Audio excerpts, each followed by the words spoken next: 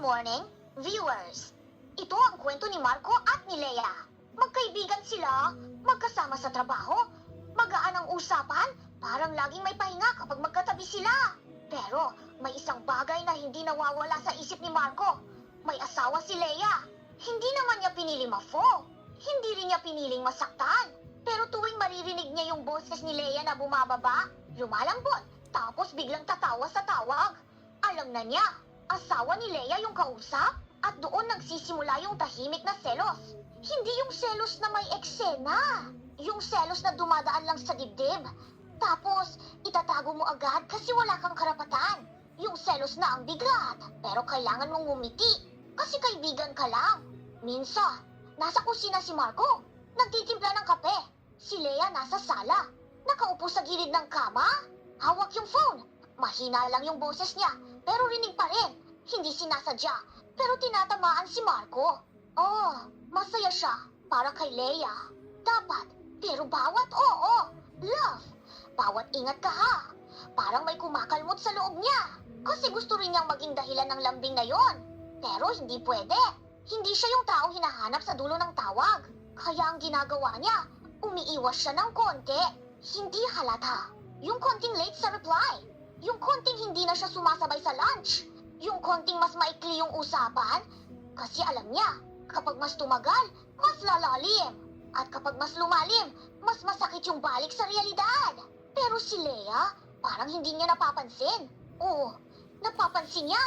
Pero pinipili niyang huwag pag-usapan. Kasi may mga bagay na mas madaling palampasin kaysa harapin. Lalo na kapag may asawa ka na at may kaibigan kang baka maging something.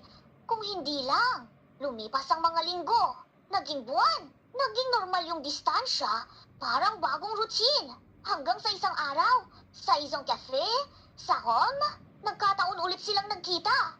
Walang plano, walang message, yung tipong tadhana na nanunukso pero walang ibinibigay. Nagkatinginan sila, umupo si Leia, tahimik muna, tapos ngumiti siya. Yung ngiting pamilyar, pero may lamat na. At si Marco, sa wakas, hindi na umasa, hindi na rin nagali. Parang pagod na lang, pero malinaw na.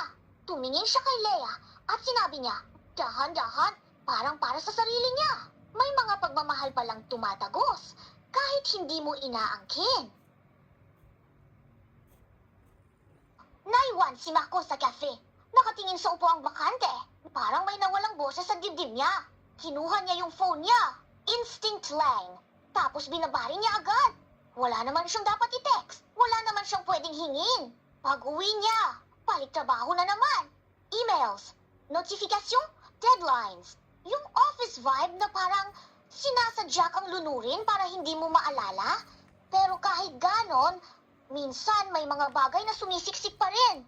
Isang hapon, habang nag-aayos siya ng files, may lumabas na message sa screen. Sheila, kumusta ka? Tiningnan ni Marco yung chat. Matagal bago siya nag-type. Hindi dahil busy, kundi dahil pinipili niyang maging maingat. Okay lang. Ikaw? Nag-typing si Leia, tapos biglang nawala. Typing uli, tapos nawala na naman. Parang may gustong sabihin, pero may pumipigil. Hanggang sa dumating yung isang linya. Miss ko yung dati.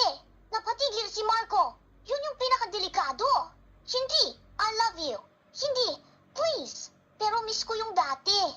Kasi yung dati, doon nagsimula lahat. Nag-reply siya. Oh, simple lang, pero may bigat.